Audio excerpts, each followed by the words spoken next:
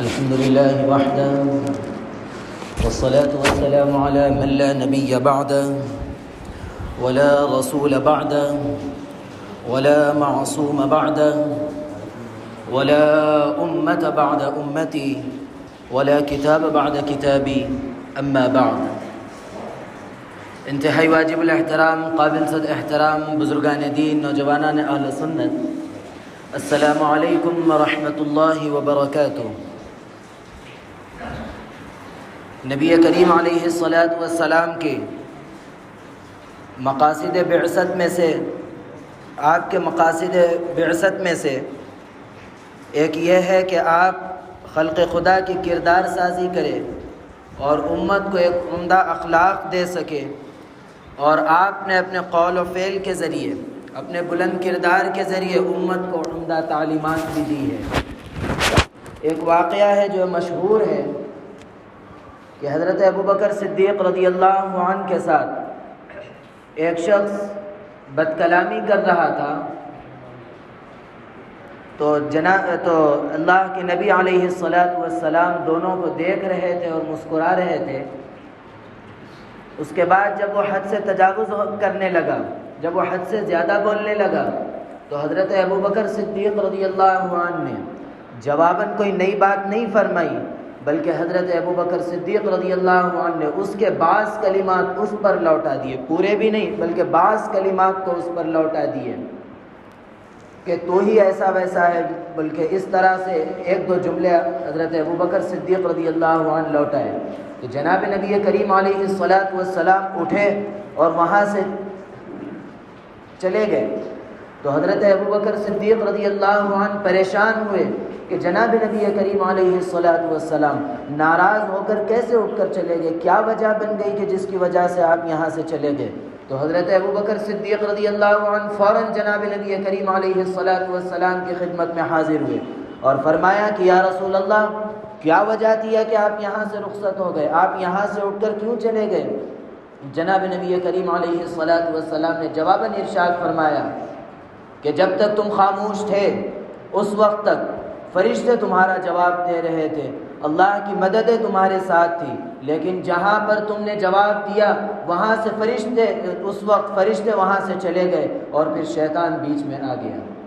اور عموماً ہوتا بھی ایسا ہی ہے کہ جب کہیں لڑائی جھگڑے ہوتے ہیں، بحث مباحثہ ہوتا ہے، تو اس میں جہاں جواب دینے کی کوشش کی جاتی ہے تو پھر وہیں سے اختلافات بڑھنا شروع ہوتے ہیں، وہیں سے لڑائی جھگڑوں میں زیادتی آتی ہے اور وہیں جڑ پکڑتے ہیں لڑائی جھگڑے. اسی لیے جناب نبی کریم علیہ الصلاۃ والسلام نے حضرت ابوبکر صدیق رضی اللہ عنہ کو یہ تعلیم دی کہ جب تمہارے ساتھ کوئی برا بھلا کر رہا ہے تو اس وقت تم خاموش رہو. گزشتہ جمعے کے اندر خاموش رہنے، صبر کرنے کے بارے میں جو انعامات آئے ہیں اس کا تذکرہ آیا تھا، اس کو بھی جو ہے نظر انداز نہیں کرنا چاہیے.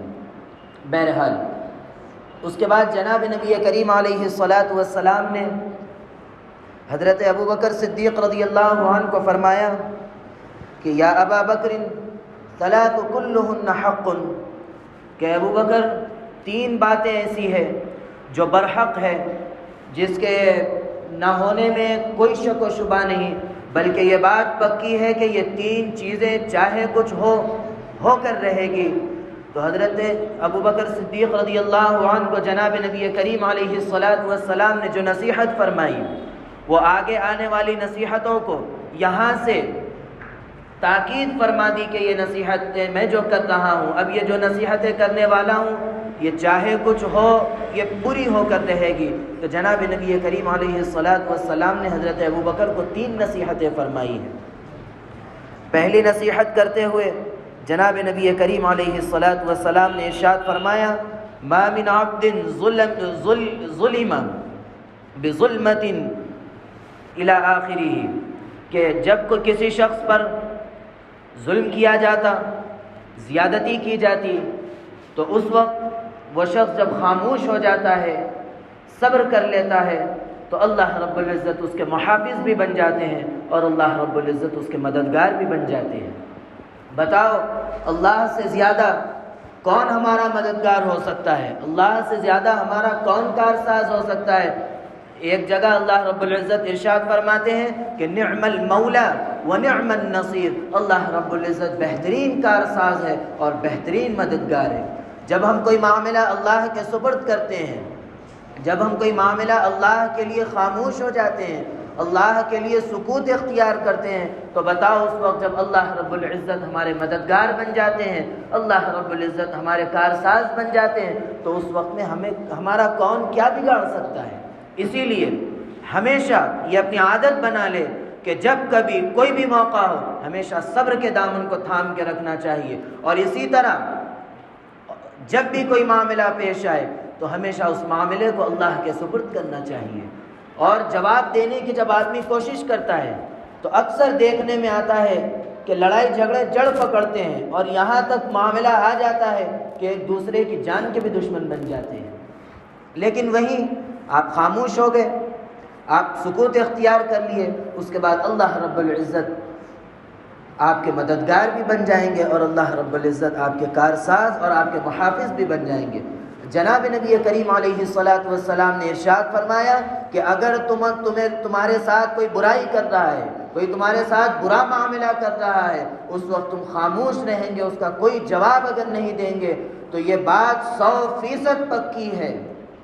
ہم اس بات کو مان سکتے ہیں کہ کل صبح کا سورج نہیں نکل سکتا، لیکن اس بات کو ہم نہیں رد کر سکتے، ہم اس بات کو نہ مانے بغیر نہیں رہ سکتے کہ جناب نبی کریم علیہ الصلاۃ والسلام نے ایک بات ارشاد فرمائی اور وہ نہ ہو، یہ ہمارا ایمان ہے۔ اسی لیے اللہ کے نبی علیہ الصلاۃ والسلام فرمانے ہیں کہ یہ بات 100% ہے کہ اگر کوئی شخص جب برائی ہوتی ہے اس کے ساتھ تو جب خاموش ہو جاتا ہے تو اللہ رب العزت اس کے مددگار بن جاتے ہیں، اللہ رب العزت اس کے محافظ بن جاتے ہیں۔ اس بات کو صرف ذہنوں کے اندر رکھ کر خاموش نہیں رہنا چاہیے، بلکہ دل سے یہ پختہ یقین رکھ کر خاموش ہونا چاہیے کہ چاہے کچھ ہو اللہ میرا مددگار بننے والا ہے اور اس کا جواب اللہ رب العزت اپنے فضل و کرم سے دیں گے۔ اور اللہ رب العزت جب جواب دیں گے تو اس جواب اگر اللہ رب العزت اس کو اس کے حال پہ بھی چھوڑتے ہیں تو یہ سوچو کہ وہ ہمارے لیے بہتری اور ہمارے لیے اصلاح ہے۔ ہمیشہ لڑائی جھگڑے کی طرف بڑھنے کی یہ نحوست ہوتی ہے کہ آپسی اختلافات اتنے بڑھ جاتے ہیں کہ کوئی معاملہ درپیش ہو تو کوئی ایک دوسرے کا مددگار بھی نہیں رہتا۔ اسی لیے ہمیشہ معافی درگزر کو اپنا شیوا بنانا چاہیے اور ہمیشہ اپنی زندگی کا نصب العین بنانا چاہیے۔ اسی طرح جناب نبی کریم علیہ الصلاۃ والسلام دوسری نصیحت کرتے ہوئے ارشاد فرماتے ہیں وَمَا فَتَحَ رَجُلٌ بَابَ عَطِيَّةٍ يُرِيدُ بِمَا صِلَةٍ إِلَّا زَادَ اللَّهُ بِهَا كَثْرَةً، او كما قال علیہ الصلاۃ والسلام۔ جناب نبی کریم علیہ الصلاۃ والسلام ارشاد فرماتے ہیں کہ اگر کوئی شخص اپنے رشتہ داروں کو، اپنے قریبی لوگوں کو، خاندان والوں کو ان کی مصیبت کے وقت مدد کرتا ہے تو اللہ کے نبی علیہ الصلاۃ والسلام ارشاد فرماتے ہیں کہ اس کی یہ رشتہ داروں کے ساتھ، خاندان والوں کے ساتھ یہ جو مدد کرنا ہے یہ اس کے مال کی زیادتی اور اس کے مال کے برکت کا سبب بنتا ہے۔ آج ہمارا معاشرہ کیا بن چکا ہے، آج ہمارے درمیان میں کیا چیزیں وجود میں آئی ہیں، ہم رشتہ داروں کے کس حال میں گزر رہا ہے اس کا تو ہمیں کوئی پتہ نہیں، اور ہم اگر معلوم بھی ہو جائے تو ہم یہ سوچ کر نہیں دیتے ہیں کہ اس کو دینے سے کیا فائدہ، یہ تو ہمارا احسان بھی نہیں مانتا ہے۔ یہ ہمارا جذبہ بن چکا ہے، حالانکہ اس کا بدلہ آدمی کو یہ چاہیے کہ اللہ سے امید رکھے۔ بندے سے کیا امید رکھتا ہے؟ بندے سے امید رکھتا ہے تو آج وہ مددگار ہے، کل کے دن پھر اس کو اگر وہ کسی قسم کی اگر بندے سے اگر کوئی امید رکھتا ہے تو اس کو ایک نہ ایک دن کسی بھی قسم کی تکلیف پہنچ سکتی ہے۔ اس وقت یہ کہے گا کہ جو ہے یہ ناشکرہ ہے، یہ احسان فراموش ہے، فلاں ہے فلاں ہے، یہ کہہ کر اپنے سارے نیکیوں کو ضائع کر لیتا، اپنے خرچ کو ضائع کر لیتا۔ اگر یہ امید اللہ کی ذات سے رکھتا ہے کہ میں جو کچھ خرچ کروں گا اس کا بدلہ مجھے اللہ دے گا، اور یہ جناب نبی کریم علیہ الصلاۃ والسلام نے صاف ارشاد فرما دیا کہ میں رشتہ داروں کو دوں گا تو میرے مال میں برکت ہوگی، میرے مال میں بڑھوتری ہوگی۔ یہ اگر یقین کے ساتھ اللہ کے نبی علیہ الصلاۃ والسلام کی بات کو سامنے رکھتے ہوئے اگر کرتا ہے تو جہاں اس کے مال و دولت میں برکت بھی رہے گی، وہاں بڑھوتری بھی ہوگی، اور وہیں پر ساتھ ہی ساتھ اللہ رب العزت اس کو بہتر سے بہتر اجر اور ثواب بھی عطا کرے گا۔ اسی لیے کسی بھی نیکی کو اللہ سے امید رکھے۔ بندہ کیا دے سکتا ہے؟ جو اللہ بدلہ دے سکتے ہیں وہ کون دے سکتا ہے؟ اسی لیے ہمیشہ بدلے کی امید اللہ کی ذات سے رکھنا چاہیے۔ اور اس سے پہلے جب نیت کا مسئلہ آیا تھا، جب نیت کے بارے میں کچھ باتیں ہمارے سامنے آئی تھی، اس وقت بھی آئی تھی کہ نیت کی 2 قسمیں تھیں، کہ ایک یہ کہ آدمی لوگوں کے دکھاوے کے لیے کچھ کر رہا ہے تو اللہ رب العزت اس سے کہیں گے کہ جا تو جس کو دکھانے کے لیے جو کچھ کر رہا ہے جا اسی سے بدلہ لے لے۔ اب بتاؤ میدان محشر میں ہر کوئی پریشان حال ہوگا، کون کس کا کیا بدلہ دے سکتا ہے؟ اسی لیے اللہ کی ذات سے امید رکھو اور اللہ سے مانگو اور اللہ کے لیے کرو، اللہ رب العزت بہتر سے بہتر بدلہ عطا فرمائیں گے۔ اور اسی طرح نیت کی خرابی کی دوسری قسم یہ ہے کہ آدمی کوئی نیکی کرتا ہے، خرچ کرتا ہے تو اس نیت سے کرتا ہے کہ میں یہ مسجد کے لیے کچھ پیسہ دیتا ہوں یا مدرسے کے لیے کچھ کرتا ہوں یا غریب کے لیے کچھ کرتا ہوں، تو اس نیت سے کہ میرا کاروبار چل پڑے، میری دکانیں بڑھ جائے، آج میرا 1 گھر ہے کل 2 ہو جائے، تو اللہ رب العزت اس کو اس نیت کی وجہ سے دنیا کے حصول کے لیے یہ جو نیت سے یہ کام کر رہا ہے، اللہ رب العزت اس کو دنیا میں عطا کر دیں گے، آخرت میں اس کے لیے کچھ نہیں ہوگا۔ من کان یرید الحیات الدنیا وزینتها نوفی الیہم اعمالهم وهم فیہا لا یبخسون، کہ آدمی جب دنیا کے لیے کوئی کام کرتا ہے، کوئی نیک عمل کرتا ہے تو اللہ نوفی الیہم اعمالهم، تو اللہ رب العزت اس کو اس کی نیکیوں کا پورا بدلہ ادا کر دیتے ہیں۔ وہم فیہا لا یبخسون، اور وہ دنیاوی اعتبار سے کسی بھی قسم کے خسارے میں نہیں ہوگا، لیکن آخرت میں اولئک الذین لیس لهم فی الآخرۃ الا النار، کہ اس کو قیامت کے دن کوئی بدلہ نہیں ہوگا سوائے جہنم کے آگ کے سوا۔ اسی لیے جو کچھ نیک عمل کرتے ہو تو اللہ کے لیے کرو، اور رشتہ داروں کے لیے ان سے بدلے کی امید سے، ان کی چاپلوسی کی امید سے بالکل مدد مت کرو، اللہ کے لیے کرو، وہ مانتا ہے نہ مانے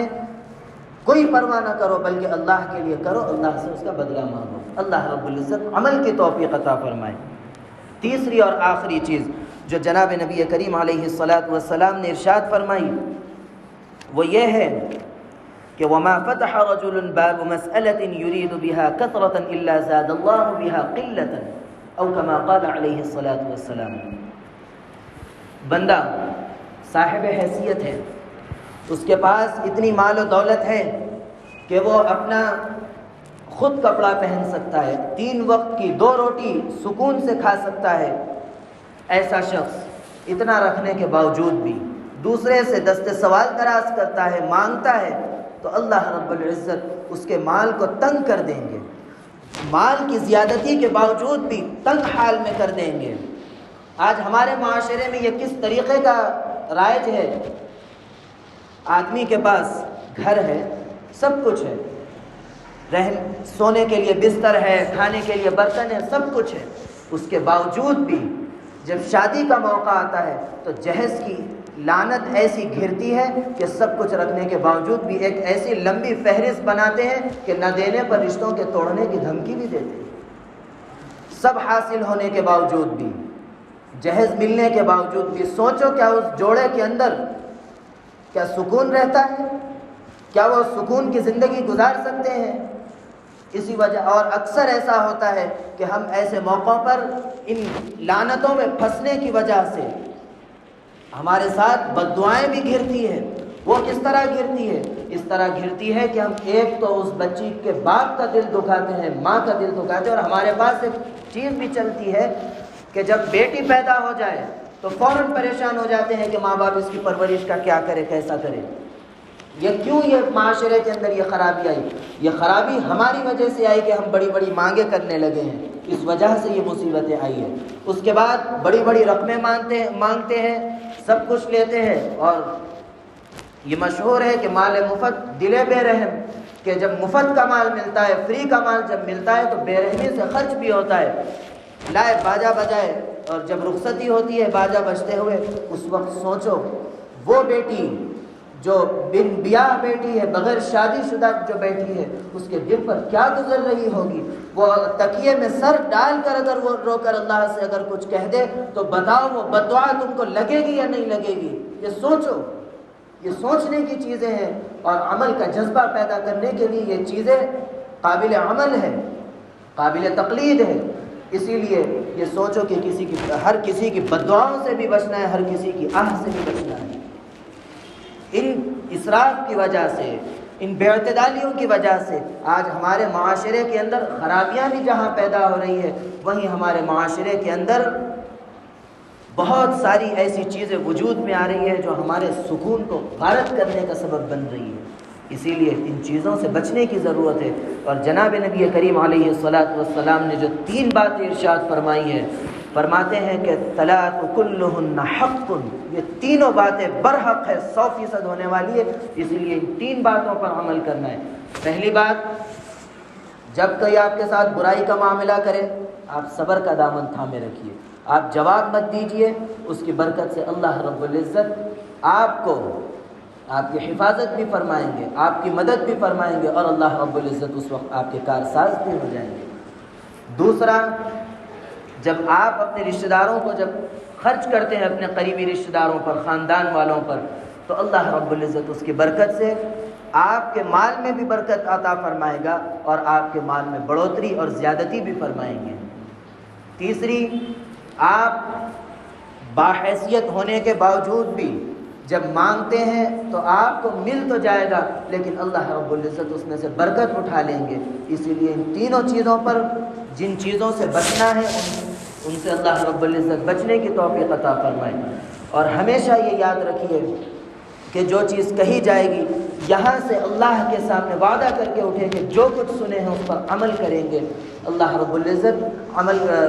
عمل کرنے کی باتوں پر عمل کرنے کی، بچنے کی باتوں سے بچنے کی، اور عقیدے کی باتوں پر عقیدہ رکھنے کی توفیق عطا فرمائے۔ آمین۔ وآخر دعوانا ان الحمد للہ رب العالمین۔